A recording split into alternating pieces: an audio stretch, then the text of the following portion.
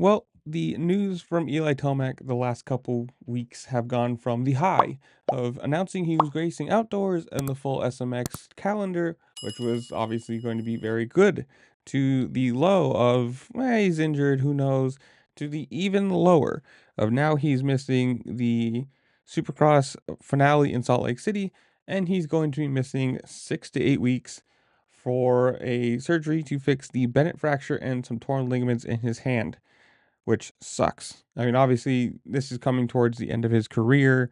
We all know that. It's sad to say, but it's true. And who knows how many more full seasons he has or outdoors in general.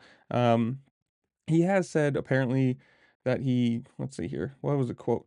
Quote, I still love racing. I intend to race in 2025, which is good news. That's awesome. I mean, come back, race as many years as you need.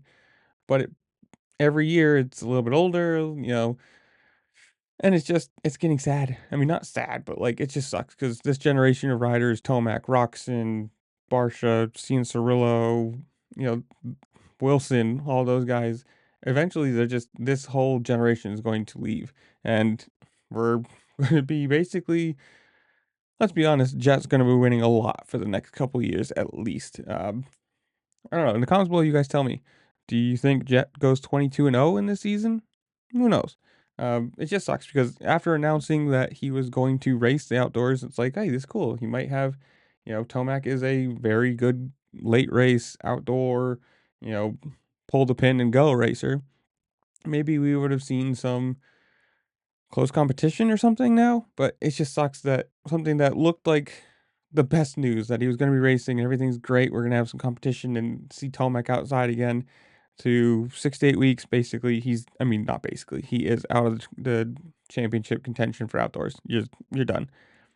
At that point, it's going to be coming back, getting, bike ready or bike fit for the SMX playoffs. And I don't know. I mean, obviously, as much racing as we get to see him do is great because, like I said, coming towards the end of the career, who knows how much longer he's got or wants to race.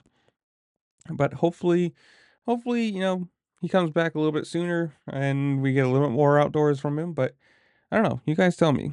Comments down below. Are you going to any outdoor races? If so, which ones? And who do you think wins the 450, the 250?